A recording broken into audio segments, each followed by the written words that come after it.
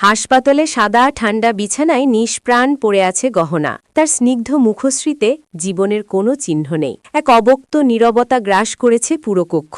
আয়ুষ্মান, তার প্রিয়তম, গহনার হাত ধরে পাথরের মতো বসে আছে। তার চোখ দিয়ে অনর্গল জল ঝরছে। প্রতিটি ফোঁটা যেন এক একটা না বলা ক্রন্দন। তার কণ্ঠ রুদ্ধ, শ্বাস প্রশ্বাস ভারী। অবশেষে যখন তার ভেতরের কষ্ট আর বাঁধ মানতে চাইছে না, তখন সে ফুপিয়ে কেঁদে ওঠে।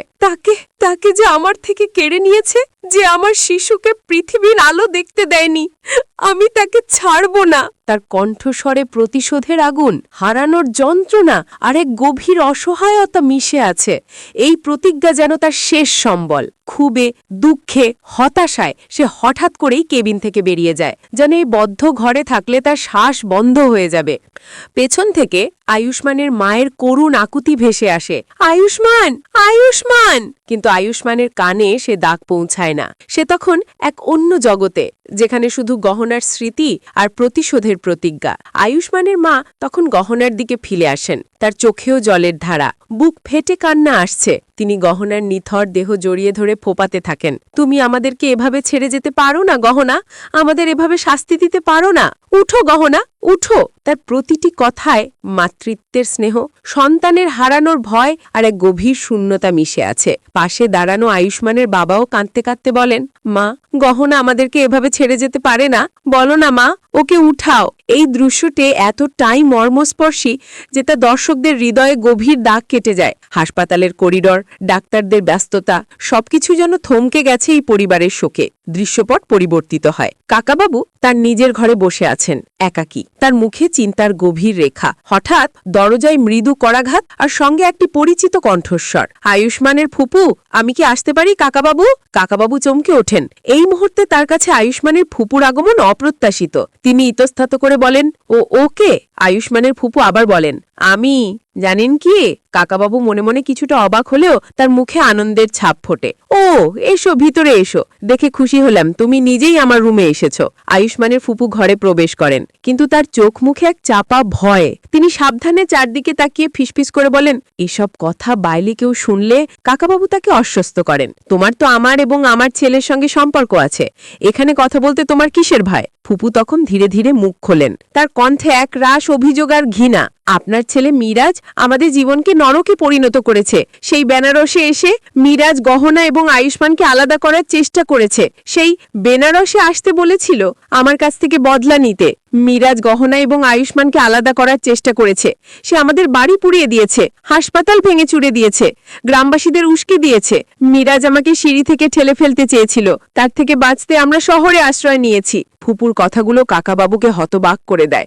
মিরাজের পাশবিকতা আর প্রতিশোধের নেশা তাকে স্তম্ভিত করে।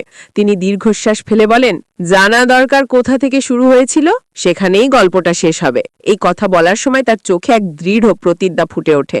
ঠিক তখনই আয়ুষ্মানের মা উন্মাদের মতো ঘরে ছুটে আসেন।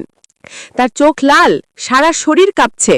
তিনি আয়ুষ্মানের বুকে ঝাঁপিয়ে পড়েন, গহনা, গহনা আমাদেরকে ছেড়ে চলে গেছে ভগবানের কাছে। এই আয়ুষ্মানের মার এই আকস্মিক আগমন আর গহনার মৃত্যুর খবর কাকাবাবু আর ফুপুকে হতবাক করে দেয়।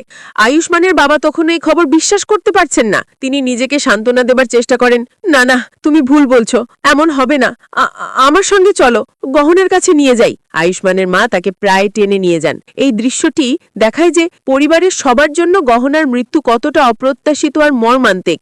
দৃশ্যপট আবার পরিবর্তিত হয়। ড্রয়িং রুমে গহনার নিথর দেহ রাখা হয়েছে। চারপাশে পরিবারের সবাই ঘিরে বসে আছেন। তাদের চোখ মুখে গভীর শোক আর শূন্যতা। কান্নার রোল ভেসে আসছে।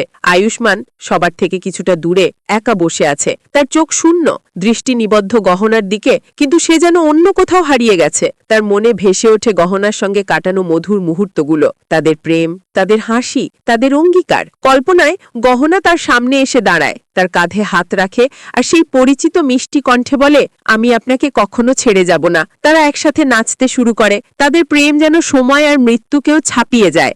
কিন্তু হঠাৎ করেই আয়ুষ্মানের কল্পনা ভেঙে যায়। সে চারপাশে তাকায়, গহনা কোথাও নেই। তার পাশে নিথন দেহটা শুয়ে আছে। তার চোখে আবার সেই ভয়াবহ মুহূর্তগুলো ভেসে ওঠে। কিভাবে গহনার কাঁধে ছুরি মারা হয়েছিল, কিভাবে তার জীবন কেড়ে নেওয়া হয়েছিল। এই বিভীষিকাময় স্মৃতি তাকে আবার কষ্ট দেয়। আয়ুষ্মান ক্রোধে গর্জে ওঠে, কুমারী, তুমি যেখানে আছো আমি তোমাকে খুঁজে বের করব আর গহনার মৃত্যুর প্রতিশোধ নেব।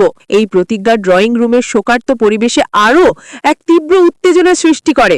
এদিকে গহনার সামনে যখন সবাই কান্না করছে, আয়ুষ্মানের মা কাঁদতে কাঁদতে বলছেন, গহনার সাথে আমাদের ছোট্ট একটা প্রাণ আসছিল, গহনার সাথে সেই প্রাণও চলে গেল, আমাদের আনন্দ কেড়ে নিয়ে গেল। এই কথাগুলো পুরো পরিবারকে আরো বেশি শোকাহত করে তোলে। গহনার গর্ভে যে নতুন জীবন আসছিল, তার মৃত্যু যেন আরো বড় ট্র্যাজেডি। ঠিক তখনই আয়ুষ্মানের বাবা দরজার সামনে থেকে এক অপ্রত্যাশিত ঘোষণা করেন, খুশি তো আমি নিয়ে এসেছি। এই কথা বলতে না বলতেই আলিয়াকে দেখা যায়। আয়ুষ্মানের ফুপু তাকে নিয়ে ঘরে এসেছেন।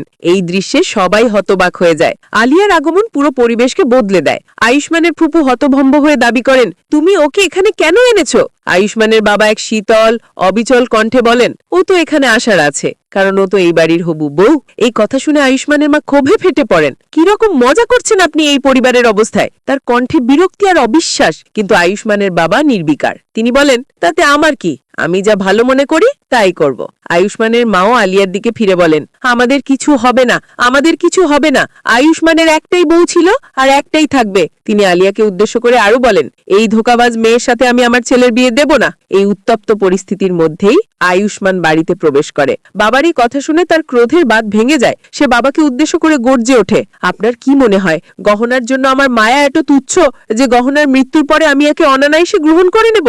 কখনোই হবে না। আয়ুষ্মান প্রশ্ন করেন, ওকে বিয়ে করলে কি সমস্যা? আয়ুষ্মান আরো একবার গর্জে ওঠে, তোমাদের কারণে আমি গহনাকে হারিয়েছি, আমি তোমাদের কখনো ক্ষমা করব না, আর ওই কুমারীকে তো আমি কখনো বাঁচতে দেব না। তার কণ্ঠস্বরে এক ভয়ঙ্কর প্রতিজ্ঞা। আয়ুষ্মানের মা তাকে শান্ত করার চেষ্টা করেন, আয়ুষ্মান শান্ত হও, না হলে তুমি অসুস্থ হয়ে যাবে। কিন্তু আয়ুষ্মান তখন আর কারোর কথা শোনার অবস্থায় নেই। সে ধীরে ধীরে গহনার নিথর দেহ কোলে তুলে নেয়। পরিবারের সদে চিৎকার করে ওঠে, আয়ুষ্মান থামো, আয়ুষ্মান থামো।